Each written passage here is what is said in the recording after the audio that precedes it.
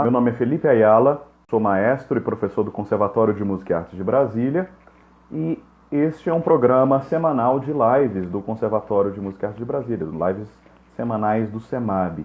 A cada quinta-feira nós convidamos um professor do conservatório, um professor diferente, para trazer um assunto relevante no meio musical e artístico como um todo. E hoje nós vamos receber o professor Dr. Augusto Charan. Então, hoje ele vai falar sobre a arte enquanto reguladora das emoções humanas. O professor Dr. Augusto Charan, como eu disse, então ele é doutor em Educação Musical pela Faculdade de Educação da Universidade de Brasília. Também pela Universidade de Brasília ele tem seu mestrado. Ele é licenciado em Educação Artística, habilitação em Música, também pela UNB, e é técnico em Violão e Artes pelo Centro de Educação Profissional CEP, Escola de Música de Brasília. E desde 2007 ele é professor de violão clássico e teoria geral da música no Conservatório de Música e Artes de Brasília. Então, só esperando o Charan entrar. Olá! Oi, Salve, Charan! salve, maestro! Finalmente! Ah, deu certo. Finalmente, que eu tava falando aqui, né? Com emoção é melhor, né? Sempre, sempre. A vida de músico é assim, a gente quer a vida de artista, você que é maestro, sabe melhor do que eu como Sim, é essa sim. vida de emoção, né? Legal, o pessoal vai entrando aí. Então, eu já fiz a introdução, sua introdução, já fiz aqui suas credenciais. Augusto Charan, então, professor, doutor, nosso professor lá do Conservatório de Música, professor de violão, professor de teoria também. Seja muito bem-vindo, tá, Charan? E eu quero já deixar a bola contigo. Bem, todas Uhum. as lives eu tenho feito algumas perguntas para os nossos professores convidados, né? Até como forma já preliminar aqui da nossa conversa, porque a gente está vivendo um período que não é fácil, né, para a humanidade como um todo, e para a sociedade no geral, um período difícil, essa questão da pandemia, e todas as áreas, todos os setores estão afetados, né? E na arte, infelizmente, também é a mesma coisa. E até mesmo para os nossos alunos saberem, né, nossos alunos músicos, nossos alunos, né, universitários, eu vejo que tem muita gente que nos pergunta, professor, como que você lida com a atual situação em termos de aulas? Como é que você está se virando? Como que você está se virando em relação à prática, né, performance musical, em tempos que a gente não pode sair de casa, né, em tempos que a gente está confinado em casa. Então, professor, eu te pergunto, quais têm sido as suas saídas? Como você tem se virado nesse momento difícil? E, mais uma vez, seja muito bem-vindo à nossa live semanal do CEMAB. Uhum. Bom, primeiramente eu tenho que agradecer a iniciativa do Conservatório, agradecer ao maestro Felipe Ayala pelo convite. Bom, essa pergunta é muito pertinente, eu acho que para todo educador, seja ele educador musical, enfim, ou seja ele professor de outras disciplinas. Esse período difícil que a gente está passando, essa pandemia, a gente está se reinventando. Então, até do ponto de vista pedagógico, musical, a gente tem feito as aulas de uma forma digitalizada, que é o que a gente tem feito para poder escapar um pouco desse terrível momento pelo qual a gente está passando. Então, as aulas, eu tenho tanto alunos universitários quanto alunos no Conservatório de Música de Brasília. E aí a gente tem feito ou pela plataforma digital Teams, né, da Microsoft, ou Sim. até tem utilizado, em alguns casos, até o WhatsApp, quando é um ou dois alunos. E essas aulas têm acontecido de forma remota. Então, a gente sabe que tem as dificuldades técnicas, né? Eu sou mesmo, a gente já passou por a experiência, né, maestro? Semana Uhum. passada, quer dizer, essa semana ainda, né? Semana É, esses dias aí de não quinta-feira. ter conseguido acessar Uhum. aqui, então esses problemas acontecem, mas no geral, o que eu sempre falo assim, em termos de conteúdos, em termos, isso tem sido repassado de forma normal, entre aspas. Uhum. Agora, o mundo presencial ele é muito diferenciado. Os alunos eles vêm com essa queixa né, de que eles preferiam a aula presencial, inclusive a aula de instrumento. Os meus alunos de violão, eles são provas disso. Assim, a sonoridade não é a mesma, você pode ir para a plataforma digital, a gente pode optar por várias, mas o som não é a mesma coisa, o som às vezes sai distorcido, às vezes a internet ela cai, não é? Então tem sido um desafio. E os professores tem sido um desafio para os professores e para os alunos. Quando os professores eles estão demandando trabalhos, às vezes os alunos também têm dito, né, olha, os trabalhos agora triplicaram. Os trabalhos agora, e o trabalho docente também, de alguma forma, ele triplicou, porque a gente, além de repassar trabalhos e lecionar, a gente fica no mundo online digital 24 horas por dia. Então, se o aluno tem uma dúvida, a gente tenta resolver, e que é interessante que a gente consiga resolver mesmo, para não deixar o nosso aluno desamparado nunca. Mas o desafio é justamente esses problemas técnicos. Uhum. E o distanciamento social, do qual a gente tem muita saudade de abraçar as pessoas, olhar nossos alunos olho no olho, isso a gente sente muita falta, creio eu, tanto aluno quanto professor. Eu tenho perguntado também para os convidados aqui como eles veem a música nesse período pós-pandemia. Minha pergunta para você, já pegando um pouco da sua expertise na área de educação musical, faço um formato um pouco diferente. Como você vê, não a música, mas especificamente a educação musical, assim, se você puder responder, né, em breves palavras, se isso for possível, né, como você vê a educação musical no período pós-pandemia? O que você vislumbra para o futuro?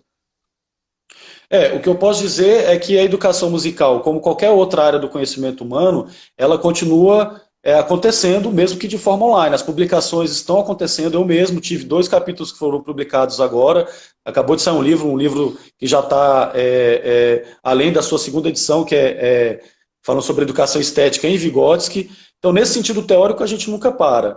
E no sentido prático, né, da educação musical realizada tanto em casa pelos pais quanto os professores, ela também continua da mesma forma, né?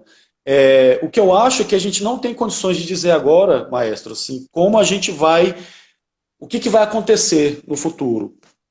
A gente só vai entender o que a gente está passando agora, né, depois que essa pandemia passar, porque a gente está vivendo um período que é novo, as dificuldades, os desafios que nos são apresentados são novos também, a gente nunca passou por isso, por algo semelhante, de distanciamento social. Então, eu creio que a gente ainda está no olho do furacão ainda, e a gente não consegue mensurar quais que são todas as consequências advindas dessa pandemia, seja do ponto de vista didático, científico, musical. Mas se não fosse o suporte da tecnologia, creio eu que nós estaríamos bem piores, porque não teríamos nem a interação digital. É verdade. Sim, muito, muito esclarecedor isso que você falou. E, bem, já para a gente encaminhar então para o assunto de hoje, né, você citou Vygotsky, né? Vygotsky com certeza é um dos autores que é referência do que você vai citar hoje, né? Porque você vai ficar exatamente assim atrelado à teoria estética de Vygotsky, né? Para o que você vai se basear. E, então, o professor doutor Augusto Charan vai nos trazer hoje exatamente uma espécie de mini palestra. Cada professor tem uma proposta aqui de trazer um formato diferente nessas lives. Na primeira live que tivemos, o professor Rafael Ribeiro trouxe uma espécie de mini palestra, foi o formato que ele adotou para a temática dele. A professora Maria Cristina preferiu realizar uma espécie de bate-papo, e hoje temos aqui então o professor Augusto Charan, até dando uma contextualização para quem chegou depois, que vai falar sobre a arte enquanto reguladora das emoções humanas. Ele vai trazer também uma espécie de mini palestra. Então, meu papel hoje aqui é intervir o mínimo possível. Quando eu intervir, quando eu fazer algum à parte, provavelmente vai ser com a participação de vocês, algo que seja relacionado à abordagem que o professor vai tratar a partir de agora. Então, meu propósito agora, como mediador, eu encerro aqui a minha função principal e entrego aqui, em definitivo, a participação aqui e a palavra do professor Charan. Lembrando que nos minutos finais teremos aqui respostas para perguntas que vocês podem fazer aí durante toda a palestra, tá bom? Fiquem à vontade, que aí vocês podem fazer a pergunta, eu seleciono e eu repasso para o professor ao final, tá bom? Então, com vocês, professor Charan, agora em definitivo. Tá, obrigado, Felipe. Assim, eu preparei alguns tópicos aqui. Cada tópico certamente daria uma live distinta, uma live particular. Então, o que eu vou fazer é só pincelar os tópicos que eu separei aqui. E se eu conseguir provocá-los e provocá-los nesse sentido da gente pensar a importância que a música tem, inclusive nessa época de pandemia, na regulação das emoções, na sublimação das emoções, na catarse musical, na superação de dificuldades psíquicas, se eu conseguir pelo menos introduzir esse assunto em Vygotsky, eu já estarei muito satisfeito. Bom, Legal. Antes de começar, eu gostaria de falar que a minha fala ela vem de um lugar teórico determinado, que é a teoria histórico-cultural do Vygotsky, ou psicologia histórico-cultural do Vygotsky. Então, eu vou começar a falar um pouquinho, colocar alguns conceitos acerca do que ele falava sobre arte, mesclado com aquilo que eu também acho. Então, não espere que será um Vygotsky único, porque eu não acredito que nenhum intérprete ele consegue extrair o autor como ele mas uma interpretação que eu tenho sobre o autor. Então, aqui não tem um Vygotsky puro. Aqui, como o mesmo Vygotsky falava que existia um Hamlet vygotskiano, outro Hamlet freudiano, aqui terá um Vygotsky sobre a minha tutela, digamos assim, né, maestro? Sobre a minha batuta. Ou eu sobre a batuta dele, na verdade. Uhum. Então, o Vygotsky, quando ele faz a tese de doutorado dele, né, o Vygotsky ele é um autor bielorrusso, morreu relativamente jovem, em 1934. Então, não vou falar sobre a vida dele, mas eu já vou falar sobre o que ele escreveu. E o que ele escreveu, dentre muitas coisas, foi a tese de doutorado dele, que se chama Psicologia da Arte. Pouca gente sabe que o Vygotsky ele foi ator, ele foi diretor de teatro. Então, até na pedagogia, a gente trata o Vygotsky muito como psicólogo, né, ou como educador. E a gente esquece da veia artística que o Vygotsky tinha. Inclusive por ele ter escrito de forma exemplar sobre a arte, especificamente sobre a literatura, mas também escreveu toda a compreensão que a gente tinha de estética, que eu falo assim, do ponto de vista filosófico. O que significa isso? Quando o Vygotsky ele desloca a emoção da estética, que é um ramo da filosofia, para a psicologia, ele está querendo deixar muito claro que ele vai entender e compreender a arte pelo viés das emoções. Mas não é qualquer emoção, é emoção estética, que tem muita diferença entre a emoção que a gente poderia dizer de emoção convencional ou a emoção não artística. Os mecanismos psicológicos pelas quais a emoção ocorre e a emoção estética ocorre são diferenciados e ele explicita quais que são as particularidades de uma emoção em relação de uma emoção para outra. Não é? Ainda que a emoção, diz ele, eu também acredito piamente nisso, a emoção ainda é um mistério para a psicologia. A psicologia ainda não conseguiu dar a última palavra acerca da emoção, quanto mais a emoção estética. Bom, falando isso, o Vygotsky, quando ele vai... Um pequeno detalhe, Charan, desculpa te interromper. Uhum.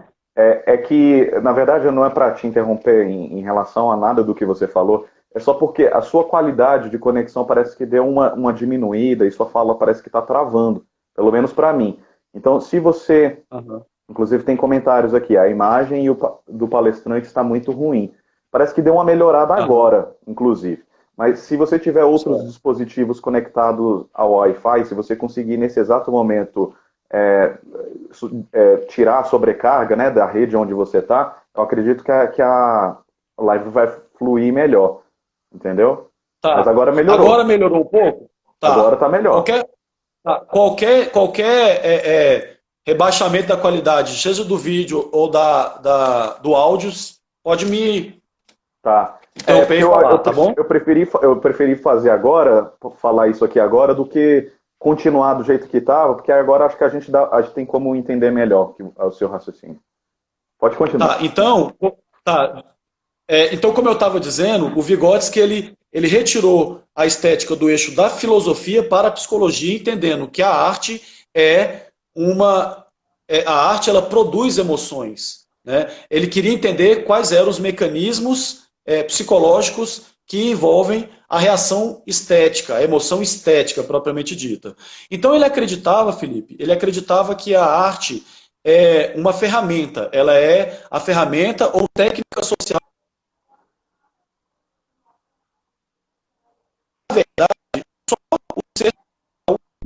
que atribui sentido estético à vida e ao mundo. Não existe outro ser. Então, o ser que o Vygotsky trata não é o ser inorgânico, não é o ser orgânico, é o ser social. Não quer dizer que o ser social não tem essa relação de hierarquia. Né? Nós estamos em um mundo que está rodeado, né, de inorganicidade e de organicidade. Né? Então, esse mundo humano que atribui sentido estético às coisas. Por exemplo, isso pode parecer algo óbvio, mas não é. Na verdade, eu sempre falo para os meus estudantes, meus alunos até que estão fazendo o TCC, que geralmente para a ciência aquilo que é óbvio é complexo. Né? Então, a gente nunca vê, por exemplo, uma abelha ou algum outro animal não humano, seja ele de qual reino for, fazer qualquer coisa que seja, que ele faz por instinto, fazer do ponto de vista estético. Uma abelha, ao fazer a colmeia, jamais está fazendo a colmeia pensando no resultado estético dessa colmeia. Não, a ideia é funcional, a ideia é instinto. Né? Nenhum animal não humano, ele chega na natureza ou contempla uma paisagem natural e se emociona, porque ele não atribui sentido estético à vida. Até porque ele não é um ser social, então, portanto, ele é desprovido de cultura, ele é desprovido de linguagem articulada, falativa, as funções psicológicas superiores, né, a memória, a percepção voluntária, né, o pensamento verbal, o pensamento por complexo, etc. E tal. Ele não tem isso, portanto, ele não atribui sentido estético, porque quem objetiva o mundo e quem transforma o mundo é o ser humano. Né? O ser humano ele não é apenas um ser de adaptação, mas ele é um ser de transformação. Então o Vygotsky ele vem trazendo a arte nesse sentido de que a arte ela transforma socialmente e transforma o nosso psiquismo, mas eu ainda vou chegar lá. Esse aqui é um dos tópicos que eu estou só pincelando para chegar, na verdade, como um clímax verdadeiramente ao título dessa mini palestra, dessa nossa conversa. Então, a arte pode ser até discutida até que ponto ela é útil ou inútil. Porque na filogenia, ou seja, na origem da nossa espécie, no desenvolvimento e história da nossa espécie, a gente pode se perguntar, ora, mas por que a arte existe? Qual é a função social da arte? Qual é a função social da música? A função social das artes plásticas, da arquitetura, da dança? Porque, vamos lá, a gente pode fazer um exercício aqui de regressão histórica, e aí, ou digressão histórica, mais precisamente, a gente pode pensar o seguinte, bom, estavam lá os Homo sapiens, sapiens que seja, o primeiro Homo sapiens sapiens que existiu sobre a Terra, de repente ele tem um jarro, né, um jarro de barro, e ele vai transportar esse jarro para outra pessoa. Né? Bom, esse jarro já está cumprindo a função dele, que é transportar água, né, na nossa hipótese aqui, na nossa imaginação. No entanto, em algum momento dessa história, essa pessoa que ia transportar água nesse jarro de barro para outra, resolveu fazer uma marca naquele jarro.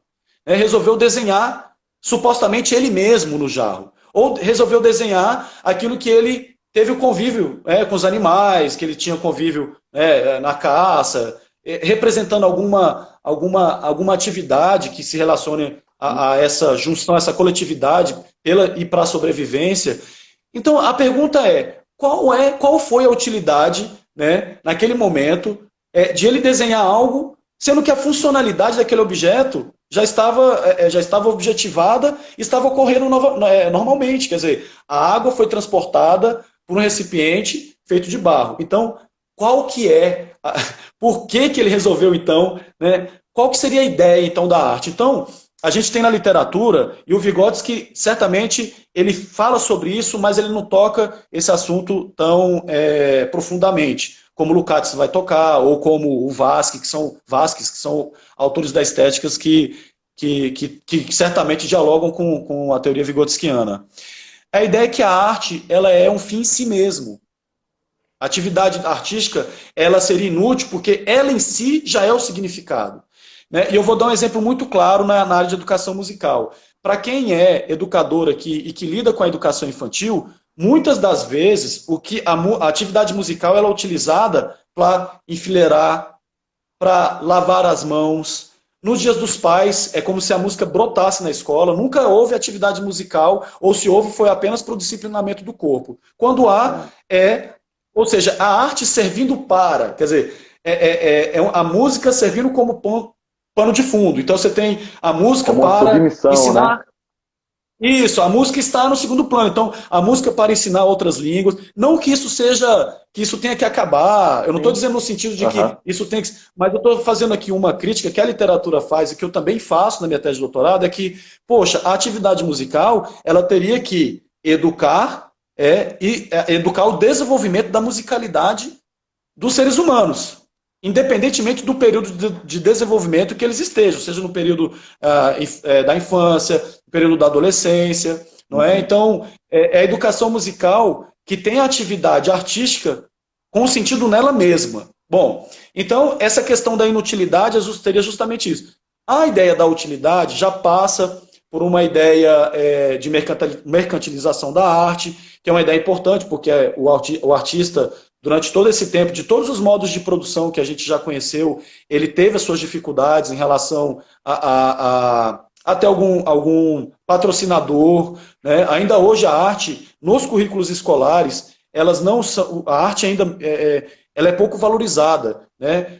A gente percebe que a arte, em todos os currículos do mundo ocidental, basicamente, ela sempre está e ocupa o último lugar. Então a gente geralmente tem língua materna, matemática, como se a arte fosse algo não importante, ou algo não fundamental, quando na verdade é ela que nos ajuda a acessar as nossas emoções e a regular as nossas emoções por meio do acesso dessas emoções, através das emoções estéticas das obras artísticas. Então a gente precisa entender que a arte tem que ser valorizada, a arte não é menos importante ou mais importante do que qualquer outra produção cultural humana, mas ela tem que ser valorizada inclusive nas escolas. Então, para a gente ter essa ideia de que a arte, na literatura, ela tem essa dupla conotação, né? A inutilidade e a utilidade. Ou seja, a arte em si, com a importância em si, ou a arte sendo utilizada como estratégia pedagógica, como estratégia psicológica e mais costumeiramente como meio de entretenimento. Tá? Então, a arte, sobre essa ideia de arte é inútil, se ela é inútil ou inútil, aí cabe a discussão, a literatura não esgotou, né? Mas, falando agora em Vygotsky, na teoria estética dele, ele vai dizer que a arte não deveria apenas ser encarada ou compreendida como moral, como prazer ou como conhecimento. Porque nós já temos ferramentas culturais que disputam e ganham da arte. Por exemplo, a gente não vai aprender geografia por meio de poemas de Júlio Verne. Nós não iremos aprender o Brasil lendo apenas Guimarães Rosa. É claro que a gente pode ter uma ideia daquilo que acontecia. Eu não estou tirando a importância que os literatos têm, não estou tirando a importância que a literatura tem para revelar o nosso passado histórico. Eu estou dizendo que o texto artístico e o texto histórico, enquanto documento, ele possuem uma lógica diferenciada. Quer dizer, a poesia, ela lida com o deslocamento do pensamento. Então, a poesia, quanto mais profunda ela é, mais deslocar do pensamento ela provoca. Ora, num TCC, num texto acadêmico, a gente não pode deixar o nosso leitor pensando. Um texto acadêmico ele tem que ser claro, sucinto, objetivo, coerente e coeso.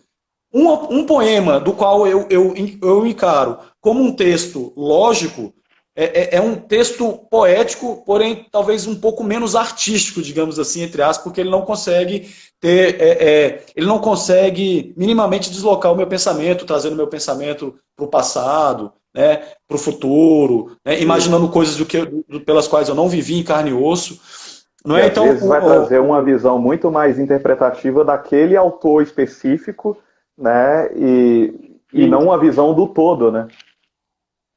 Exato. Então, assim, a arte não poderia ser compreendida apenas como conhecimento, porque senão, Felipe, a gente passa a conteudizar a arte e a gente esquece que a arte é sentida. A arte é como o Spinoza fala, né? O afeto ele não representa. Tanto que a gente sabe, nós que somos músicos, às vezes nós queremos explicitar os sentimentos da emoção que essa música passa, e a gente fala, não, porque aquele acorde ali é um si menor, que foi para outra dominante da dominante. A gente fala tudo, mas não fala nada, porque a particularidade que a pessoa sente em relação a cada obra é tão dela, é tão subjetiva, que por mais que a gente entenda da estrutura musical, a gente não consegue avançar mais do que uma terça menor implica certas tristezas, o diminuto, ele implica em tensão, então a gente resolve esse trito num acorde consonante. A gente pega muita estrutura e não consegue, de fato, sair daquilo que ainda é um mistério, que é a emoção estética. Não é?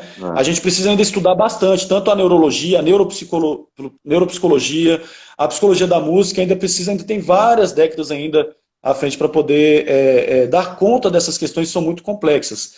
Então a arte não seria conhecimento nesse ponto de vista. Então, vamos passar para outra temática. A arte não sendo conhecimento, a arte também ela não é apenas prazer. Pergunte ao maestro, pergunte ao músico e veja que existem os suplícios da arte. Existe a dificuldade. A arte não é meramente inspiradora, não é, maestro? Você pode confirmar isso comigo. Quer dizer, a arte ela não tem aquela ideia, né, da inspiração, que o maestro ele vai chegar na orquestra e vai reger sem passar as vozes, sem ensaiar cada parte detalhadamente, sem dizer um pouco da estrutura da música, né, acerca do compositor, a época que ela foi composta. Então, quer dizer, a música, como a arte, não é... Nós temos o suplício, o Vygotsky tem até um capítulo chamado assim, o suplício da criação. Qual não é o suplício do poeta querer colocar a palavra exata e não encontrar? Né? Qual que não é o suplício do músico querer compor ali um acorde do qual ele imagina, mas muitas vezes quando ele vai concretizar esses sons, ele não encontra a sonoridade mesmo que ele imaginou previamente. Então a arte também é racional. A arte não é no sentido da emoção, porque não existe, Felipe, essa ideia para o Vygotsky do desmembramento ou da dissociação entre razão e emoção, entre afeto e intelecto. Nós somos uma unidade afeto-intelectiva, nós somos uma unidade mente e corpo, nós somos uma unidade razão-emoção. Né? Então, eu falei que a arte não seria para Vygotsky apenas tão somente conhecimento, não seria tão somente prazer, tão somente ela seria moral. Por que eu falo isso? Porque a arte não seria moral? Porque o Vygotsky, estudando detalhadamente a fábula, que para ele é a unidade da literatura, ele percebeu que lá existe um material emocional, e sim, o material emocional existe nos sons que o músico organiza, há na própria obra de arte um material emocional inerente a ela, porque até então, antes do Vygotsky, as pesquisas estéticas se relacionavam muito ao emissor e muito ao receptor, né? O emissor da arte ou o artista, ou o receptor o público, né, que vivenciou a obra de arte. O Vygotsky ele foca na obra de arte, na própria estrutura emocional que a obra de arte contém, né, nela mesma. Então ele vai para o material, ele vai para a estrutura. Então, muitas das vezes ele percebeu que certas fábulas ocasionavam um senso moral muito diferenciado, pela qual até os adultos ficavam chocados. Por exemplo, a ideia ou a fábula da cigarra e da formiga, do qual a gente tem claramente uma ideia prévia de que as crianças irão achar interessante a vida da formiga, porque a formiga ela é trabalhadora, a formiga ela tem disciplina. De repente as crianças gostam da cigarra.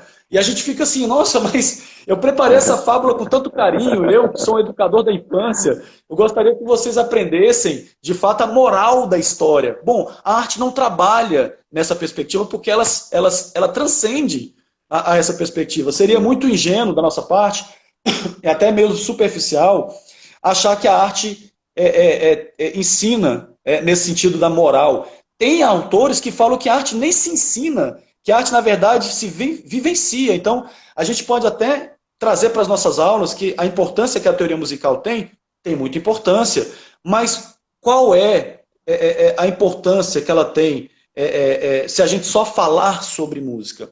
Eu acho que música e arte tem que ser vivenciada. Não é falar sobre música, é fazer música.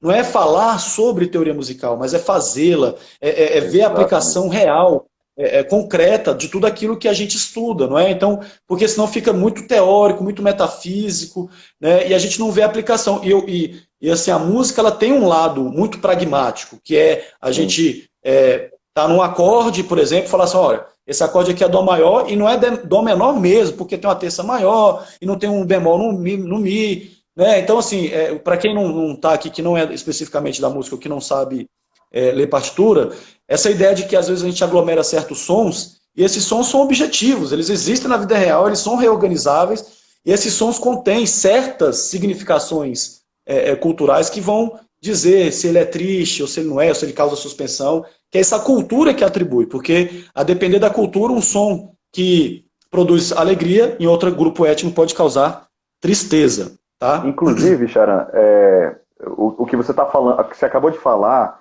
faz muito sentido em relação à pergunta. Eu sei que a sessão de perguntas fica para o final, mas quando a pergunta ela é feita e tem a ver com a temática que você está falando agora, eu acho que faz sentido ser abordado agora.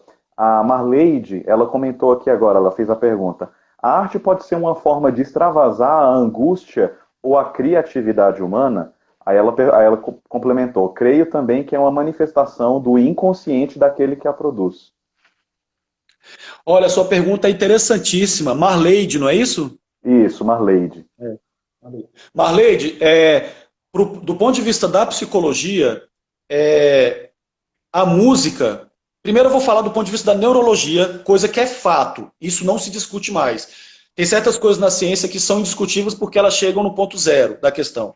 A música dentre todas as atividades humanas, aquela que mais ativa, aquela que mais ativa as áreas do cérebro. Ponto. Nem a linguagem conseguiu isso. Nem a linguagem conseguiu isso. Nem outra arte, nem outra atividade humana conseguiu isso. Isso foi uma pesquisa feita pelo neurocirurgião, neurologista chamado Oliver Sacks. Inclusive eu deixo aqui essa referência. Um livro chamado Musicofilia, um livro extenso, acho que praticamente 500 páginas. Quando eu estava fazendo minha tese de doutorado, eu li na integralidade. Ele basicamente compilou tudo que existe em relação entre neurologia e música. Então a música, mais do que extravasar a nossa angústia, ela cura diferentes estados mentais, de Alzheimer, variadas demências, que a literatura chama de demência. Eu deixo aqui um documentário que eu acho que é obrigatório para qualquer ser humano, e sobretudo para qualquer músico, chamado Alive Inside. Né? Alive Inside. Tem lá no YouTube, vocês podem acessar, já traduzido, né, com a legenda, de pessoas que estão com a demência muito aprofundada. Então, pessoas que estão assim já, geralmente idosos, estão assim, não conseguem ter a psicomotricidade totalmente comprometida. De repente, algum parente, ou filha, ou esposa, coloca um fone de ouvido no fone de ouvido dele, coloca no ouvido dele o fone de ouvido com a música que ele gostava. É mágica. É mágica. Passa um segundo ou dois, ele já resgata memórias. A música, mais do que extravasar emoções, ela resgata memórias. A arte, ela possibilita a gente sublimar emoções, resolver condições e estados psíquicos que a realidade por si só não consegue. Então, eu lembro do poeta Ferreira Goulart, quando ele falava que a arte existe porque a vida não basta. É mais ou menos isso. E a arte não tem nada de imperfeito. Eu acho que a gente tem que parar com aquela visão platônica, né, de que existe um mundo ideal do perfeito, dos arquétipos perfeitos. Existe um mundo aqui que é meramente uma cópia do perfeito, portanto, o mundo imperfeito. E a arte seria a cópia do mundo que já é imperfeito. Então, a arte seria duplamente imperfeita. Eu acho que a arte é perfeita. E o meu referencial teórico permite garantir que ela é de fato, porque a realidade é perfeita. Então, quando a gente está fazendo uma obra de arte, na verdade o que a gente está fazendo é transformar a vida. Não é a cópia da vida como ela é, mas é transformar por meio da imaginação, por meio da criação, porque a criação e a imaginação, elas são condições da essência humana. Nós somos seres de criação e imaginação. A todo momento nós estamos criando. Não é? Então, a gente, por exemplo, está dentro de um quarto, a nossa chave não abre, a gente tem que bolar algum sistema para a gente conseguir resolver esse problema. Não é? Então, isso nos move. Né? O Vygotsky dizia que todo desafio ele promove desenvolvimento. Sem desafios e obstáculos, não tem desenvolvimento. Ora, uma sociedade totalmente adaptada, uma sociedade em que não tem a arte, ou que a arte seja extinta, a arte ela possibilita desafios emocionais, dramas existenciais. A arte ela possibilita a encarnação de papéis sociais que não podem existir, ou se existem, foram vivenciados por outras pessoas. Então essas experiências artísticas nos são transmitidas né? E a gente não necessariamente vivenciou de carne e osso, em carne e osso aquela situação que nos está sendo... E a arte possibilita esse sentimento estético. Todo sentimento é real. Não existe nenhum sentimento que seja irreal. Tanto é que quando a gente vai assistir um cinema, a gente sabe que o cinema, que aquele filme, ele é um filme de terror, no entanto, a gente sente medo, né, que é o que Vygotsky chama de entrega voluntária. Quer dizer, aquilo que a gente está sentindo não é uma emoção real, é uma emoção estética, porque aquilo é arte pura. Quer dizer, não é o cachorro que está te mordendo, mas é a ideia, é a imaginação que o cachorro, naquele momento, também possa ter te mordido. Então a gente passa a ter uma imaginação que é um sentimento real, que a gente vivenciou ou está vivenciando por meio da arte, da obra artística, seja ela cinema, música. Aliás, às vezes, a ideia da mordida do cachorro é muito mais potente do que a mordida em si. Né? A gente tem casos que, quando criança, nós somos mordidos por um cachorro e, de repente, a gente leva essa imaginação que a gente já entra na casa de alguém e fala assim, olha, eu não vou entrar aí porque tem um cachorro. O que a pessoa está dizendo? Que no psiquismo dela, a lembrança da mordida é tão forte, que superou a mordida real que ela teve quando criança. Então, tá vendo? O pensamento artístico, ele vai mais ou menos por aí, que ele implica em certas memórias, que são memórias que ou foram vivenciadas por nós, ou são memórias que, imaginações que são provocadas pela obra de arte em si, no seu material emocional, contido nela mesma. Não sei se eu consegui responder ou se eu compliquei mais, e o Marlene? Nossa, que resposta. Provocou muita coisa aqui. Achei muito legal isso.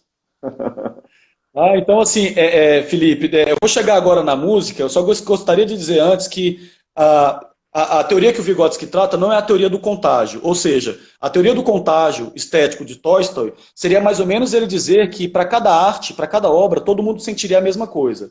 Bom, isso seria impossível, né? Mesmo nas nossas aulas de música, se eu perguntar para alguma aluna minha, olha, o que você imagina em relação a essa música? Ela vai falar, eu imagino determinadas paisagens, determinadas cenas. Se eu perguntar para outro aluno, certamente a visão, as imagens que são produzidas, as imagens mentais que são reproduzidas por meio da música, serão outras. Quer dizer, o que eu quero dizer é, o maestro Felipe Ayala, quando ele está regendo uma peça e tem toda a audiência escutando a peça que ele está regendo, na verdade, as emoções que ele está provocando juntamente com outros músicos e o material emocional que já está contido na obra, ele é único para cada pessoa. Então, eu digo assim, né? Uma mesma peça de teatro, diferentes emoções na plateia.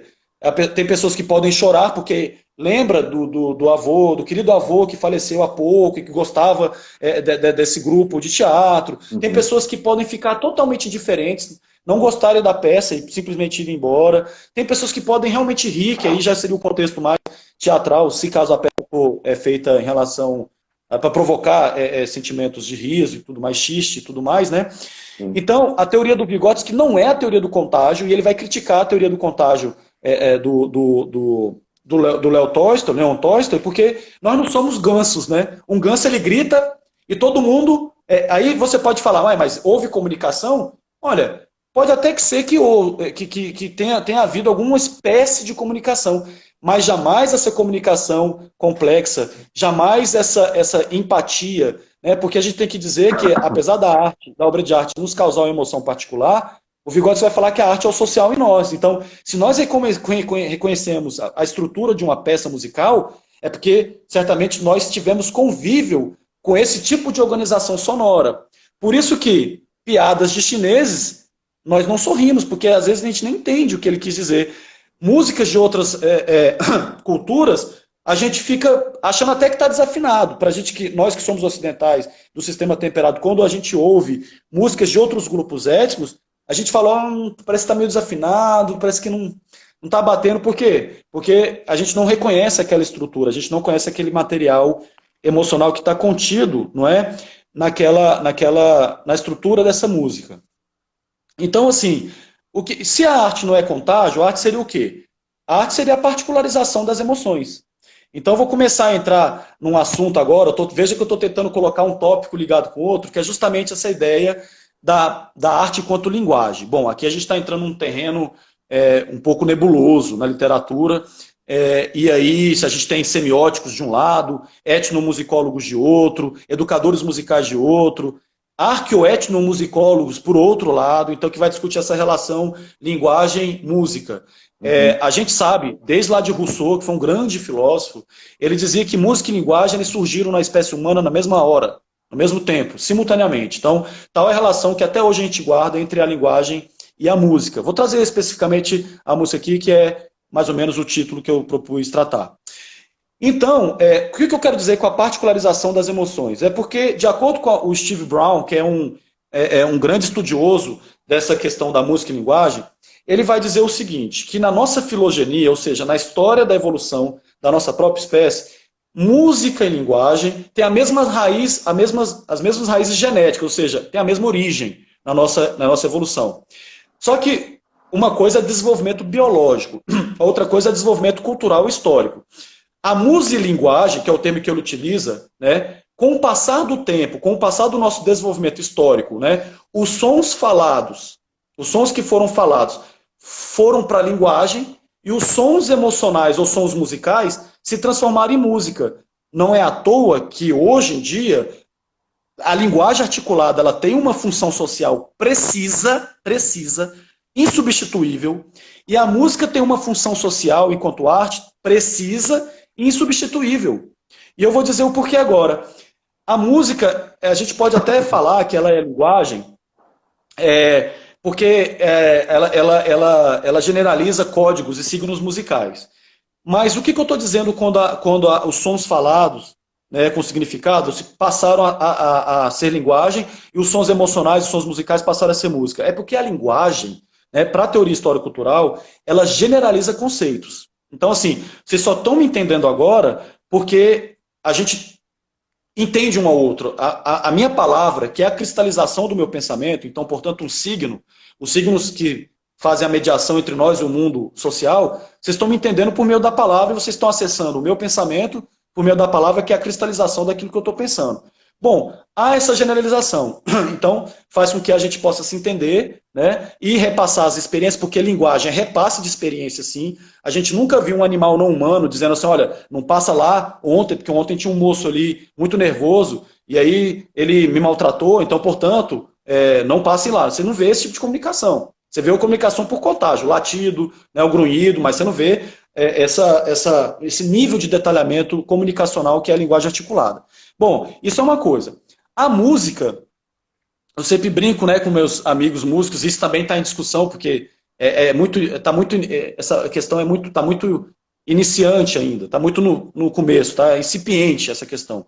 Que é assim, a música, ela, se fosse linguagem, bastaria eu colocar uma música aqui agora para vocês, e ela diria o que eu fiz ontem, ou o que eu estou pensando, com riquezas. E é por isso que o pensamento musical, eu coloco isso muito bem na minha tese, eu não encontrei isso na literatura, é que a psicologia da música precisa estudar de forma mais detida as características e as singularidades do pensamento musical. Que o pensamento musical é fragmentado por natureza. Portanto, quando a gente pensa numa música, jamais a gente pensa ela num todo. Ou a gente pensa ela do início para o final, ou da metade para o meio, da metade para o início, ou da metade para o final, ou uma parte dela. A música não é uma arte total. Quando você está vendo um quadro, você está vendo a totalidade da arte. E quando a gente pensa na totalidade. Se eu falar para vocês agora, olha, pensem agora o pai de vocês, né? Ou pensa namorado, marido, etc e tal. Vocês vão pensar na totalidade. Ela vestida de roupa, numa rua, numa determinada situação. Se eu pedir para vocês descreverem isso, a fala vai fragmentar o pensamento. Ela está vestida de azul, ela está vestida... Quer dizer, a totalidade do pensamento se fragmenta na fala. Só que na música não há totalidade, porque o pensamento musical, que não é um pensamento convencional, ele já é fragmentado. Razão pela qual a música é uma arte totalmente temporal. Ela não é uma arte, ela é uma arte que acontece em sequências. Né? A gente poderia dizer que a música tem até uma certa linearidade, né? No sentido de que a arte da música ela é feita de sequências verticais, horizontais, harmônicas ou melódicas e rítmicas, etc. e tal. Então, quando a música ela entra nessa perspectiva de particularização das emoções, na verdade a gente está dizendo que a música ela não é uma arte figurativa. Portanto, a música ela não é uma arte formal, ela é uma arte não formal, ou seja, ela não pega da realidade um elemento figurado para poder fazer uma obra. Quer dizer, uma poesia, ela olha um bêbado ali, o poeta, e ela escreve o bêbado, quer dizer, uma figura humana, né, com determinadas características, determinados vícios. A música ela não tem representatividade. Ela não tem. Você não fala assim, olha, eu tirei essa música de uma pedra e tá lá a pedra lá a não ser que vá para a partitura musical e que o formato da partitura seja uma pedra, aí dá para aproximar. Ou, senão que a música tem essa pretensão descritiva ou incidental, aí é outra coisa. Estou dizendo, história. a música enquanto som é outra história. A música apenas como sons humanamente organizados, sem a pretensão de linguagem. A linguagem, ela generaliza tantos conceitos que é muito comum que a gente perceba pessoas que dizem assim, eu gostava dessa música em inglês quando eu não sabia inglês, porque quando eu soube dessa letra, não. Essa música, eu tinha o significado dela era tanto mais emocional quando eu não sabia a letra. Por quê? Porque a letra, ela generaliza conceitos e ela direciona o nosso pensamento. A música, ela é mais ilimitada nesse sentido porque ela não é figurativa. Portanto, é tratada por Schopenhauer, Kant, Vygotsky, até o Ariano Suassuna, que é o nosso grande esteta brasileiro, é tratado como da Hegel, é tratado como das artes a mais subjetiva. Você não tem figuração, você não apalpa, você não consegue pegar a arte da música, porque ela não é figurada e ela não é total. Um prédio arquitetônico, a arte da arquitetura, faz lá um prédio, o prédio está na totalidade. Você olhou o prédio, olhou tudo, claro. É claro que você vai olhar de um certo ponto de vista, você não vai olhar como um drone, mas um quadro a gente já consegue ver a totalidade dele. A música jamais. A música é impossível você pensar e ter uma memória musical, a música tocada ao mesmo tempo, porque você precisa, e como eu falo, né, o fato é, a gente vai pensar ou do meio para o final, ou do meio para o início, ou alguma parte, ou só o final, ou só o início, né? Ou do início ao fim, ou do fim ao início, mas ela total como um bloco monolítico, jamais, isso não acontece.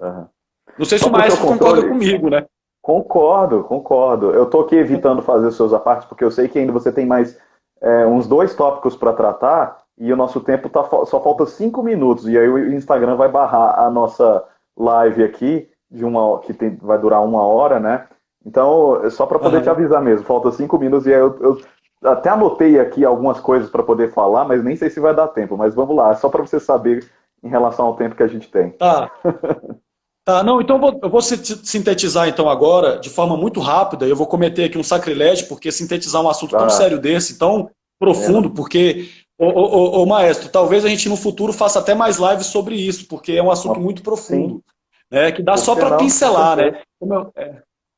Mas então, resumindo, gente, então, e até do ponto de vista da literatura, mais do que o Vygotsky, outros estetas vão dizer o seguinte, de todas as artes, a música é aquela que é mais subjetiva. Ponto 1. Ponto 2. De todas as artes, a música é aquela, por essência, consegue nos fazer acessar as nossas emoções e regular as nossas emoções, sublimando os problemas, sublimando todos os estados mentais que a gente perpassa no dia a dia, ela consegue fazer isso de forma essencial. Ponto 2. Ponto 3. A arte da música possui um pensamento que é tão singular que não é igual a nenhum pensamento, seja ele pensamento verbal, pensamento sincrético, pensamento por unidade, cada um desses pensamentos tem um capítulo à parte da psicologia, então a arte da música não tem um pensamento visual, é outro tipo de pensamento com a sua especificidade. O ponto 4, eu acho, né, se eu não me engano, não sei se eu falei do 3, mas o ponto 4 é que a música, nós estamos vivos hoje por causa dela, porque as pesquisas vêm indicando que na nossa evolução a música serviu e ainda serve como elemento de agregação social. Ainda hoje nós precisamos de música. O mundo sem música é um mundo, como dizia o filósofo Nietzsche, um mundo sem música. Porque eu tive que falar. Mas eu acho que se eu conseguir provocá-los, acho que já a missão cumprida. Tá. Eu acho que você foi interrompido exatamente quando estava falando do tópico 4. Deu uma travadinha aí. Se quiser sintetizar de novo, nós temos ainda 3 minutos. A partir do ponto 4 que você estava falando, aí deu uma cortada aqui. Se quiser falar... Tá, então eu estava falando...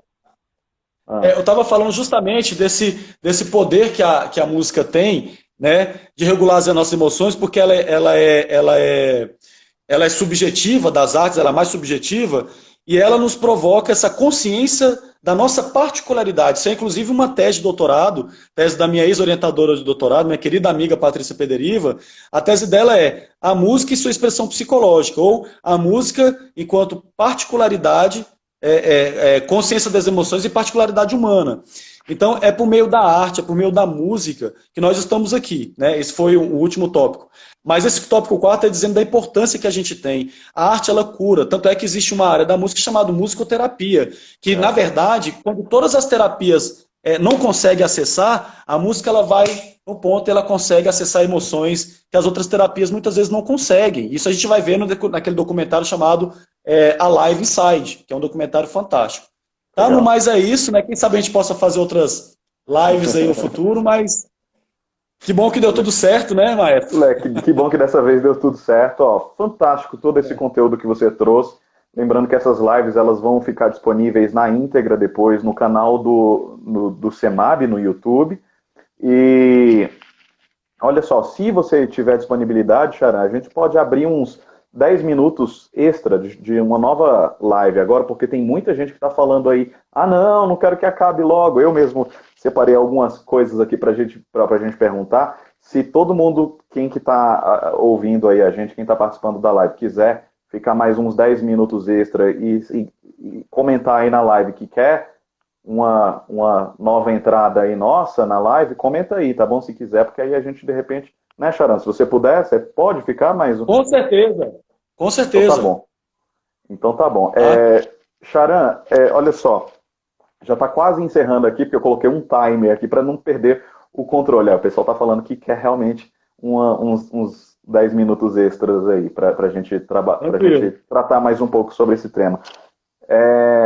Então, como eu falei, essa live vai ficar disponível na íntegra, e aí todo o conteúdo, Charan, inclusive você pode me passar os seus referenciais teóricos, bibliografias, você me passa depois para poder adicionar, inclusive, junto com a temática da live, junto com a publicação da live, porque eu acho que é um conteúdo riquíssimo isso, são basicamente 8 tópicos, né, de uma palestra toda que você tratou de uma forma, assim, como você bem disse, uma pincelada, mas que todos eles merecem uma atenção devida. Eu acho que é interessante, de repente, proporcionar ao público uma leitura mais aprofundada de tudo isso, né? Com certeza. Tudo bem, a gente faz dessa forma mesmo. Por mim, tudo bem. Então tá bom. Então, olha só, já está quase encerrando aqui, falta menos de um minuto que apareceu a notificação aqui para mim. Então, vamos para uma nova sessão, a sessão de perguntas, que vocês todos vão poder participar disso. Mais uma vez eu agradeço, quem não quiser participar dessa sessão extra, tudo bem também. Eu agradeço a participação de todos que comentaram, todos que assistiram a essa mini palestra que transmitida pelo professor Dr. Augusto Charan. Nossa, foi muito enriquecedor, é um assunto assim, muito, muito bonito, né? Um assunto que é exatamente aquilo que a gente faz, né? Exatamente o nosso ofício, né? A arte. E se a gente não tem a preocupação enquanto artistas, né? Fazer com que as pessoas sejam comunicadas através da arte, que as pessoas sejam tocadas, né? Que recebam uma mensagem, independente da forma que chegue para essa pessoa. Então, nada teria motivo, né? Nada nos daria motivo para fazer o que a gente faz, né? Então, inclusive, o pessoal está perguntando para deixar o título do documentário que você colocou lá na próxima live. A gente faz isso, a gente fala agora. Então, mais uma vez, Charan, aqui, só para a gente fechar, porque como vai ser disponibilizado na íntegra, né? Então, eu me despeço aqui oficialmente, mas extraoficialmente vamos para uma nova live só para uma sessão de perguntas. Muito obrigado, Charan, pela sua participação, por ter conversado aqui com a gente. Muito obrigado. Eu que agradeço. Até mais. Até daqui a pouco. Tchau, tchau. Então vamos lá, pessoal. Mais uma live lá extra. Opa! Voltamos! Olha só, das coisas que você foi falando, e aí se você quiser até explicar alguns detalhes, principalmente a parte final, quiser falar com mais detalhes, né? Acho que você pode fazer isso agora, nesse momento. Mas das coisas que você estava falando, exatamente, principalmente do final aqui, eu anotei essa questão da arte como cura. Eu, por algumas experiências que tive na carreira, né, de performance principalmente, a gente consegue perceber algumas coisas assim, e às vezes a gente sente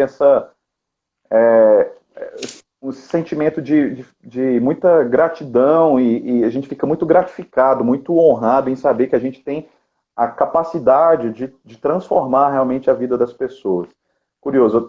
Enquanto você falava, me passou duas imagens, duas situações comigo, na minha experiência, na minha prática musical, de diversas experiências, mas essas duas foram bem curiosas, porque teve um concerto que eu realizei, um concerto com coro e orquestra, que eu realizei, que tinha uma senhora que ela assistiu aquele concerto, foi um concerto com músicas sacras, peças sacras, e o concerto foi realizado também numa igreja, né, e foi realizado peças de Bach, Mozart, Vivaldi e tudo mais. E ao final do concerto, ela chegou em mim, né, assim, quase que em prantos, né, nossa, assim, toda já, né, chorando, né, assim, realmente completamente emocionada e falou, maestro, muito obrigado por proporcionar isso, né, muito obrigado por ter isso, porque esse concerto foi realizado em Taguatinga, inclusive, infelizmente na nossa cidade, aqui em Taguatinga, assim, a gente não tem uma atividade musical, principalmente de concertos na área erudita, né? A gente não tem uma prática, uma regularidade tão grande quanto no centro de Brasília, né? No plano piloto. Então a senhora falou, muito obrigado, aqui é muito raro ouvir isso. E aí ela me contou a particularidade dela, ela me contou que ela tinha, infelizmente, é uma situação inclusive triste, um depoimento triste de citar aqui, mas que ela citou, que ela tinha acabado de fugir de casa, porque ela sofria com problemas na família, problemas inclusive de agressão de marido e tudo mais, e que ela foi buscar um refúgio. Ela foi buscar um refúgio na igreja com a esperança de que pudesse, sei lá, rezar, né, ou, enfim, qualquer coisa desse. E ela acabou se deparando com esse concerto, com coro e orquestra que a gente fez. E ela disse que aquilo ali mudou a vida dela, ela encontrou ali um refúgio, uma paz de espírito que ela nunca teve em momento algum na vida dela, entendeu? Ela, enfim, se sentiu assim totalmente transformada. Outra situação, essa foi uma situação já de performance, mas agora teve uma situação que ainda foi mais curiosa, porque durante a sua palestra toda você falou, né, que nós como músicos temos, não é só a performance, temos todo o suplício, né, que a gente passa, né, o desafio de ter que ralar bastante para preparar uma peça e tudo que envolve a concepção da arte. E teve um caso muito interessante de um ensaio, de um coro que eu estava realizando na UNB, que uma aluna universitária, uma aluna da UNB, ela se deparou com as vozes que estavam ecoando, e aí ela foi e sentou na porta do ensaio, na porta da sala do ensaio. Ela não chegou a entrar na sala de ensaio, mas ela ficou ali na porta, sentada no chão, porque ela achou aquilo ali maravilhoso, né? Ela se sentiu tocada e se emocionou durante um simples ensaio. Né? Um ensaio, geralmente, ele não é tão carregado de emoções, né? Emoções humanas. Não, geralmente, o ensaio é carregado muito mais de coisas mais racionais, porque você tem ali objetivos mais técnicos, você quer consertar os acordes que estão afinados, ou melhorar tecnicamente não sei o quê. Mas engraçado, que mesmo isso foi o suficiente para poder tocar uma pessoa que estava ali passando nos corredores da UNB. E aí eu não conhecia a pessoa, não fazia ideia de quem era, ela não teve contato comigo depois do ensaio, mas aí eu me deparei com a mensagem dessa pessoa via Facebook. Ela mandou na página, a mensagem no inbox da página do coro lá, e falou, olha, vocês estão de parabéns, eu queria agradecer por este momento que você proporcionou. Eu sei que foi um ensaio, mas eu estava passando por um momento muito difícil na minha vida, eu estou sofrendo com depressão, e estar ali, só de estar sentado ali, ouvindo vocês cantando, foi algo que como é que fala? Acalentou, como é que fala? Acalantou, isso, nossa. Acalantou. O português às vezes tem dessas, né? Acalantou o meu coração, ela disse. E aqui, nossa, só de ler aquilo, assim, só de falar também eu já me arrepio, assim, sabe? Nossa, como é feliz ouvir esse tipo de coisa, como é bom saber que o que a gente faz, a arte que a gente produz, é, há a possibilidade da gente transformar o coração, a transformar a vida das pessoas, né? Então, assim, eu trouxe esses dois exemplos que aconteceu de uma experiência pessoal, né? E eu acho que, assim, é uma forma que de fato comprova isso, né? E, enfim, o que você pensa em relação a essas experiências que a gente, certamente você como músico também já deve ter vivenciado muitas questões parecidas e tal, trazendo tudo isso que você falou durante a palestra para essas situações pontuais que geralmente a gente se depara com o público que nos assiste. Né? Qual o paralelo que você pode trazer em relação a isso? Inclusive até os referenciais teóricos. Tá. Ó, isso é muito, muito interessante. Eu já tive experiências com a música muito transcendentes. Eu acho que essa é a palavra, de transcendentalidade.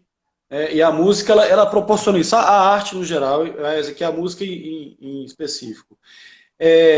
Eu não abordei o tema da catarse, porque, enfim, eu estava preocupado em fazer tratar da coerência do pulo de um tópico para outro, mas isso que você falou me lembra muito a ideia que a gente tem de catarse, mas não é a ideia tanto grega, porque catarse, no sentido da filosofia antiga, grega, era a purificação das emoções. Então, a arte, quando o Vygotsky ele vai estudar a estética, quando ele vai estudar a arte enquanto um fenômeno psicológico, um fenômeno central das emoções, porque até então, as emoções na psicologia, ela é basicamente tratada como epifenômenos, ou seja, epifenômenos são fenômenos não centrais. Uhum. Mas as emoções, elas são fenômenos corticais, a nível de córtex cerebral, a nível neurológico. Isso o Vygotsky falando em 1920, 30. Né? O Vygotsky falava em 1910, em 1920 sobre a plasticidade cerebral, coisa que só agora a neurologia começa agora que eu falo da década de 70 para cá, começa a estudar de forma muito mais profunda, da qual ele estudou e o discípulo dele, que é o Alexander Luria. O Alexander Luria, que era discípulo do Vygotsky, ele é o fundador da psiconeurologia no mundo, foi ele o fundador, não é? Uhum. Então, assim, quando você falou sobre isso, eu lembrei muito do conceito de catarse. Bom, catarse, na teoria que é o meu referencial, que é o Vygotsky, é como se fosse um curto-circuito. Né? O Vygotsky ele vai falar que o desenvolvimento, existem leis gerais do desenvolvimento, então as pessoas, todas elas se desenvolvem nesse sentido de geral, de universal, seja as pessoas com deficiência ou não, as pessoas se desenvolvem. Agora, não desenvolve da forma como a gente quer, não desenvolve da forma como a instituição escolar quer. E isso, quando a gente trata da educação musical, a gente valoriza isso, que cada pessoa se desenvolve musicalmente de forma singular, até porque ela é um ser singular e irrepetível, né? E um ser bastante único. Né? Então, a catarse ela tem esse poder de conceituação, até trazendo a Grécia Antiga aqui, de purificação das emoções, mas existe aquilo que a gente chama na arte de emoção estética. Bom, o que é isso? Né? Primeiro, eu gostaria de deixar claro que o artista ele se utiliza de um pensamento que muitas psicologias, teorias psicológicas falam que é um pensamento menor, um pensamento hierárquico menor do que o pensamento conceitual, ou lógico, ou dialético, que é a mesma coisa, mas diz que o tal do pensamento por complexo é algo que acontece na infância e para lá. Bom, o que é o pensamento por complexo? É a obediência à lei do signo emocional comum. Bom, o que é isso? Não explicou nada até agora, vou explicar. O que é signo emocional comum? É quando a sociedade ou o artista prega uma coisa na outra. Coisas de naturezas totalmente diferentes. Um exemplo. Eu pintei esse quadro aqui, ou eu pintei todo o meu quarto, para que a pessoa que visite o meu quarto tenha a sensação de calor. Ora, temperatura é calor. Vermelho é cor, são coisas do ponto de vista lógico, temperatura é uma coisa, cor é outra. No entanto, o artista faz o quê? Gruda uma coisa com a outra. Né? Ele gruda por o Vygotsky chama de lei do signo emocional comum. Ele, por meio do signo, por meio do significado e sentido que a cultura atribui às coisas, aos sons, às cores, às relações sociais, ele gruda uma coisa. Veja como é relativo à cultura, que para nós aqui o luto é preto, para outros grupos étnicos, o luto é branco, a cor é branca. Então, quer dizer, tá vendo que a lei do signo emocional comum, né, junta uma coisa com a outra. Bom, onde eu quero chegar? Onde eu quero chegar com isso? Eu quero chegar nessas catástrofes que a gente tem, né? Nessa sensibilidade estética, outros vão chamar de reação estética, outros vão chamar de emoção estética. Qual é a diferença, né, entre a emoção que advém do pensamento verbal, que advém do pensamento lógico, para essa emoção estética? Ela perpassa esse pensamento por complexo? Perpassa, mas não para por aí. Que, por meio da lei da dupla emoção dos sentimentos, que o Vygotsky vai tratar, que é quando a gente passa por alguma emoção, a gente tende a cristalizar essas emoções por meios fisiológicos. Então, assim, tá triste, chora. Tá alegre, sorri.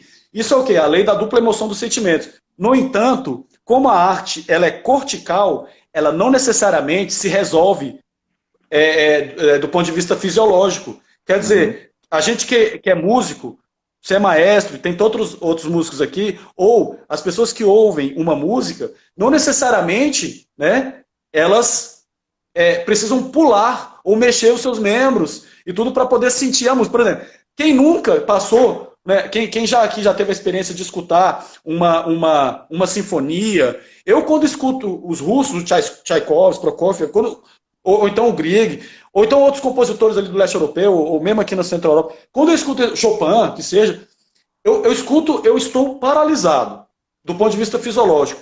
Mas aqui está uma tempestade, está aquele bolo, aquela emoção toda. No entanto, não necessariamente a emoção estética, ela desemboca, né, numa expressão fisiológica do sentimento psíquico que a gente está vivenciando nas nossas mentes, não é? Então, assim, essa reação estética, ela tem um mecanismo psicológico totalmente diferenciado. Inclusive o Vygotsky, ele tem um livro chamado, para mim é um livro xodó meu, assim, cada pessoa que estuda Vygotsky tem para uns é a psicologia da arte, para outros é a psicologia pedagógica. O meu é La Teoria de las Emociones, que é a teoria das emoções, está escrito em espanhol porque essa foi a melhor tradução que a gente tem ainda, tradução. E lá ele vai falar toda a teoria das emoções, desde William James, né, pregando que se diziam espinosistas e monistas, mas eram cartesianos, até aqui a psicologia moderna. Então, assim, essa ideia do... A gente chora porque está triste, ou está triste porque chora, né, porque isso são questões que estão relacionadas à arte. Né, porque desde a época grega, onde o ator, muitas vezes, no coral, no sentido da fala, da máscara, né, da persona, até agora na nossa era moderna, a gente se emociona com as obras de artes que são de distintos períodos históricos. O que nos garante que talvez a arte seja, de todas as ferramentas culturais, a mais humana, a mais essencialmente humana, porque a gente se reconhece em peças e de culturas que nós nunca nem vivenciamos. Quando a gente ouve, por exemplo, um Verdi, ou a gente ouve uma Maria Callas, quando ela canta Puccini, eu tenho uma catarse. Né? É lindíssima, é emocionante, a gente vivencia aquela emoção, né? Precisamente a Casta Diva, aquela música que eu amo. Então, assim, a gente tem experiências com a música, com a arte, que não são experiências da emoção convencional, porque não perpassam nenhuma lógica conceitual, né? Ainda que tenha lógica, ainda que a gente tenha técnica na arte, não estou dizendo aqui que a arte não tenha técnica, não tenha a utilização da razão, que é por afeto, por inspiração, não estou dizendo isso. É que a arte, como nenhuma outra ferramenta cultural humana, proporciona a gente a regular os nossos emoções por meio da sensação, por meio do vivenciamento de emoções que até então somente a realidade objetiva social não produz. Então, aquela teoria da válvula de escape, a teoria do funil, todas as teorias que falam acerca da obra de arte enquanto uma purificação das emoções, elas estão acertadas do ponto de vista psicológico. Porque Vygotsky é como se validasse, como se o Vygotsky demonstrasse, por A mais B mais C, de que a arte ela trabalha com a purificação das emoções também. E a arte quanto uma atividade em si, não a arte como uma atividade, em segundo plano, uma arte secundária. Muito tá? legal. Então, não sei se eu eu consegui Não, responder ou se eu consegui ainda complexificar não, ou ir para foi outros caminhos que a excelente. gente possa pensar aqui. Não, respondeu sim, com certeza. Tem uma pergunta do Jamerson Filho, Uhum. que falou, Jamerson, meu seu aluno. aluno? Ah, tá. Ele falou, É. ó, não entendo quando foi dito que a arte é perfeita. Se ela é perfeita por imperfeitos, não pode ser perfeita, ao meu ver. E parece que ele fez uma complementação depois aqui, deixa eu só achar. Aí ele colocou retificando. Acho que não há dúvida de que somos imperfeitos. Aí depois, pode o imperfeito criar o perfeito? Uhum. Essa é uma questão filosófica que, para o Vygotsky e para o Spinoza, que o Spinoza é um filósofo do século XVII, que é o referencial filosófico do Vygotsky, não existe imperfeição no sistema teórico dele. Por que ele vai dizer isso? Porque ele associa Deus à natureza. Ora, Deus, um ser sumamente perfeito, tudo que ele cria não poderia ser imperfeito. Então a realidade que é criada pela própria natureza, ela mesma é imperfeita. Nós é que somos incompletos, não a natureza. Uhum, Né? Então, assim, nós não podemos olhar para um coqueiro e falar para Deus, no sentido natural, dizer assim, olha, esse coqueiro tem alguma coisa errada com ele. Não, a gente não sabe as relações causais sequer que promoveram a nossa vida. Quer dizer, para que eu tenha nascido, quantas coisas, quantas cadeias causais teve que acontecer? Meu pai conhecer minha mãe, meu pai ter nascido, minha mãe ter nascido no Brasil, né? Terem antecessores em outros países que vieram. Então, a gente não consegue ter uma rede causal sequer, né, de uma linha só de causalidade, imagina de todas as causas. Bom, isso é um assunto. O outro assunto para o Platão e para todos os idealistas que eu acompanho, quando eles falam da estética, eles sempre falam que a arte tem que ser cópia do real. Só que tem um problema teórico, epistemológico, gnoseológico, heurístico, axiológico, estético, né, nesse problema. Por quê? Porque sendo a realidade imperfeita, porque para Platão e para os idealistas a realidade é imperfeita, sendo a arte apenas cópia dessa realidade imperfeita, a arte seria duplamente imperfeita nesse ponto de vista idealista. Como o Vygotsky ele tem um ponto de vista monista materialista dialético, ele vai dizer que, para ele, quer dizer, não é nem para ele nem fala isso, tá, gente? Na verdade, é a minha interpretação sobre o que o Vygotsky fala. Tá? Eu acho, né, vamos retomar aqui, eu acho que para o Vygotsky, como ele era um grande espinosista, a arte, minto, Vygotsky falava isso mesmo, que a arte ela não é cópia, não é mera cópia. Porque seria supérflua se o papel do artista fosse copiar a mera realidade. Qual seria o papel do artista? Seria só de adaptar, ser adaptável e adaptar a realidade? Não. O papel do artista, de fato, ele faz isso, ele transforma vidas, transforma emoções, transforma pensamentos, transforma relações. Então, a arte, enquanto a ferramenta social das emoções, elas não transformam apenas o indivíduo que vivencia de forma singular uma obra de arte, porque ela é intransponível. Essa relação ninguém mete o dedo, vamos dizer assim. A uhum. relação que a gente tem com a obra de arte, ela é intransponível, porque cabe a nós vivenciarmos ela de forma única, porque nós somos nós. O Felipe não sou eu não sou o Felipe. Então, a forma como o Felipe vivencia determinada obra musical, ou poética, ou teatral, é uma forma única. Por isso que, como eu falei na live passada, por isso que a música e a arte não é generalizável. Ainda que a gente possa reconhecer estruturas semióticas, mas cada pessoa vai ter mesma peça de Chopin, uma pessoa pode sentir até indiferença, ou pode sentir... Então, nesse sentido, que a arte seria perfeita, porque ela não é cópia do imperfeito. Ela está embasada num mundo que foi criado pela natureza naturante, portanto, um mundo perfeito, né? E ela é o que é. Ela não é algo que possa ser definida de forma muito convicta, porque toda definição é, por si só, uma supressão. Então, quando eu falo que a arte eu já falei que a arte não é muitas coisas. Então a definição na ciência ela é complicada porque quando eu defino alguma coisa, eu estou excluindo outras possíveis definições aquilo que a arte poderia ser.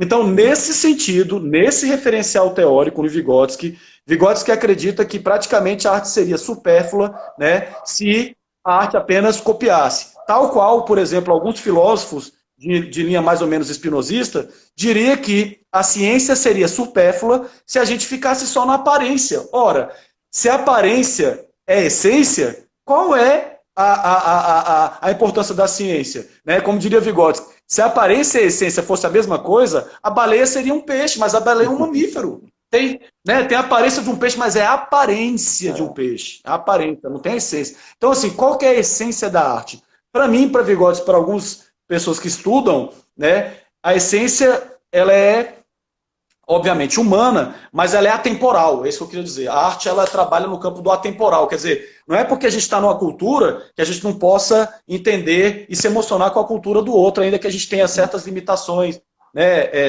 a nível semiótico mesmo, a nível de linguagem, de estruturação do nosso psiquismo em relação à obra de arte, do qual a gente aprecia. Muito bom, Xará. Teve um questionamento também em relação, já na live anterior, um questionamento em relação à teorização da arte, né? E você até provocou falando que deveríamos teorizar menos e fazer mais, né? Produzir mais música, fazer mais arte, no geral, o artista fazer mais arte. Eu deixo a pergunta para você. Você acha que os acadêmicos na área artística hoje teorizam muito mais do que fazem a prática? Porque eu percebo que isso às vezes é uma crítica que se faz no meio acadêmico, principalmente musical, né? Porque muito se vê os acadêmicos, às vezes, teorizando sobre a própria arte, mas não produzem a tal arte, né? O que você acha? Qual a sua visão nisso? Você concorda com esse tipo de crítica ou você tem uma visão diferente? Como é que é isso? Eu particularmente, é o seguinte, eu acredito que não deveria haver essa distinção entre teoria e prática, ainda que a teoria exista e a prática, por outro lado, também. Então, existem teóricos, existem pessoas que gostam de ficar apenas na prática, né, na prática musical, na performance, etc. Tem uma frase que o Vygotsky cita de um outro autor, que ele diz que não existe nada melhor do que não existe nada mais prático do que uma boa teoria. Eu acho essa frase fantástica, porque de fato ela estabelece um pouco aquilo que eu creio acerca das concepções teóricas de qualquer coisa, seja a teoria musical, seja a teoria da história da música, seja a teoria musicológica, enfim, eu acho que a gente precisa ter sempre essa unidade muito bem definida. Eu acho que as coisas não podem ser de forma dissociada. Eu sou praticamente um monista, né? Eu me encontro ao lado daquelas pessoas que seguem a doutrina, digamos, da unidade, né? De não dissociação daquilo que é uno, Sei. dissociar a água em H2O, dissociar a mente do corpo, dissociar o afeto do intelecto, dissociar a razão da emoção. Eu creio que nós somos uma unidade e a totalidade da realidade é essa mesma, essa totalidade que a gente não consegue compreender pela complexidade que ela envolve. Eu acredito que o músico, ele deve, tanto a pessoa que não aqui dizendo que é errado a pessoa só estudar a teoria musical, ela só se especializar na performance musical, ou mesmo na pedagogia musical, relacionada ao ensino de instrumentos e aprendizagem de instrumentos musicais, mas eu sempre busco ter essa coerência, que eu acho que é uma coerência, que é a minha opinião, que é sempre tentar unificar a prática com a teoria. Até porque, na perspectiva do Vygotsky, o objeto ele tem primazia sobre o sujeito. Não é, em nenhuma pesquisa, eu, a priori, que identifico as categorias que a realidade tem que ter ou não. Mas é a realidade, né, relacionada com o pesquisador, ou o músico que seja, né, extraindo a estética da vida, né, da realidade cotidiana. Então, é a prática que vai verificar se tal ou qual teoria pode ser modificada. Então, resumindo, eu acho que o educador musical, na minha opinião, ele não deve se ater apenas a estudar textos acerca de como se aprende música, ou como se ensina, quais são os métodos de variados autores. A gente tem grandes educadores musicais, o Dalcroze, o Williams, tanto o Suzuki. Mas é assim, eu acho que isso também vai na nossa formação acadêmica. Eu acho que falta, no modo geral, e aí eu conheço vários educadores musicais, pelos quais eu já até falei para eles, eu já comentei, falta conhecer, inclusive, os grandes educadores musicais que a gente passa, infelizmente, na universidade, sem ter um foco, né, em todos. Não é um foco em um. Né? Se nós estamos, na minha opinião, se nós estamos na universidade, é para que a gente veja as teorias de forma abrangente, não ficar apenas né, em alguns ou outros teóricos, né? É o que eu sempre falo, os grandes autores e grandes pensadores jamais estudaram autores que concordam com eles, né? A gente precisa de amplificar o nosso universo estudando o oposto, estudando o adversário, estudando teórico, né? Adversário teórico. Porque é aí que a gente consegue ter uma visão mais ampla, é unindo a prática à teoria, né? E não dissociando uma coisa da outra, eu penso isso. Muito legal. Então tá bom, eu acho que todas os questionamentos da live foram respondidos. Né? É óbvio que tiveram diversos comentários, né? Muito legal. Não sei se você pôde acompanhar alguns dos comentários enquanto você falava, mas muitos comentários positivos, todo mundo gostou do que você explanou aqui. E o pessoal está pedindo também as referências. Aí depois você me passa, né, as referências teóricas, inclusive o título do documentário, porque aí quando a gente publicar no nosso canal do YouTube, né, o canal do CEMAB no YouTube, já aproveita e se inscreva, tá bom? Convido todos vocês aí que estão assistindo a live, procura lá Conservatório de Música e Artes de Brasília, ou simplesmente CMAB, CEMAB. Procura lá no canal, se inscreva, porque aí você vai receber a notificação de quando a palestra do professor Charan, Augusto Charan, vai ficar disponível. E aí, quando a gente disponibilizar essa palestra na íntegra, ao vivo, vou dar um jeito de editar e colocar esse complemento dessa segunda live junto, né? Porque aqui tiveram várias respostas, né, complementares da palestra, né? E eu acho que é interessante. Então aí sim a gente teria, inclusive, as referências que o professor vai me passar depois. Então, Charan, eu queria que você fizesse então suas considerações finais sobre tudo que foi dito, já para a gente fechar então essa sessão de live.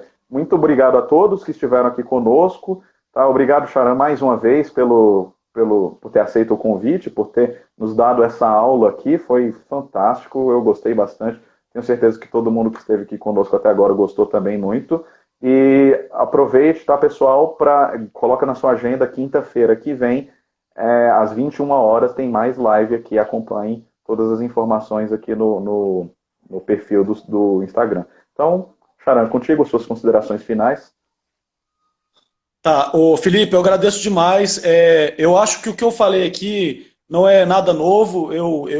Infelizmente, eu não trouxe algo inovador, mas eu acho que eu vou fechar aqui com algo que realmente, creio eu, que eu tenho avançado em relação à teoria do Vygotsky, que pode ser algo importante. Eu devo falar 1 ou 2 minutos, isso de uma forma muito rápida. Porque, assim, na teoria psicológica, eu recentemente escrevi um artigo para a Universidade da Austrália dizendo assim, o problema da consciência e do comportamento humano. Que eu vou dizer o seguinte, o Vygotsky ele dizia que a atividade musical, ela prepara o corpo humano para alguma atividade. A atividade musical, ela prepararia o nosso comportamento para alguma atividade. Eu pego isso, juntamente com os estudos que eu tenho na psicologia, e digo o seguinte, a psicologia tem confundido comportamento com consciência.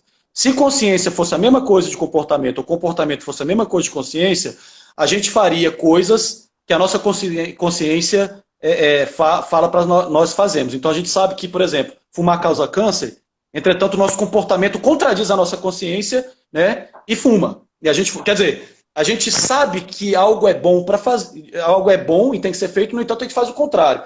Eu venho propagando uma teoria que eu acabo de iniciar, mas que tem alguns outros autores que dialogam comigo, que na verdade a consciência não é igual ao comportamento não é igual à consciência, mas eu tô começando a escrever sobre essa teoria de que é justamente essa contradição entre consciência e comportamento que funda a nossa espécie humana, porque as espécies animais não humanas, isso é uno, quer dizer, o animal, quando ele sente sede, ele bebe água. O ser humano, por algum orgulho, por alguma discussão, ele pode sentir a necessidade de sentir sede, mas ele não bebe água. Quer dizer, o comportamento pede, o corpo dele, mas a consciência nega. Então, essa contradição entre comportamento e consciência, ela existe, talvez, ela fundamente o comportamento humano, né? Talvez a psicologia, se conseguir distinguir uma coisa de outra de forma muito adequada, ela consiga resolver muitos outros problemas. Agora, o problema o que isso tem a ver com a música? É que talvez,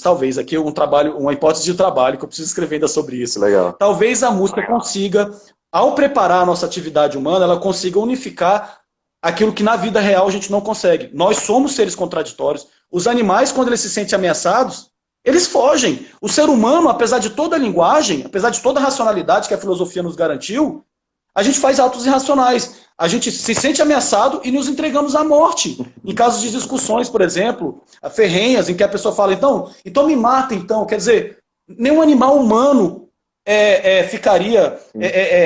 daria sua própria vida para o seu adversário. No entanto, a gente tem essa contradição que, ao mesmo tempo, ela é tão terrível e, ao mesmo tempo, ela é tão linda. Porque é nessa drama da história humana que a gente tem feito tudo que a gente tem construído, inclusive a música. Então, talvez a música consiga, ao preparar o nosso comportamento para alguma atividade, e a música já está com a gente desde a nossa época da evolução, inclusive ela se faz presente no início dos nossos trabalhos, na invenção do trabalho contra a categoria ontológica, mas essa é outra questão.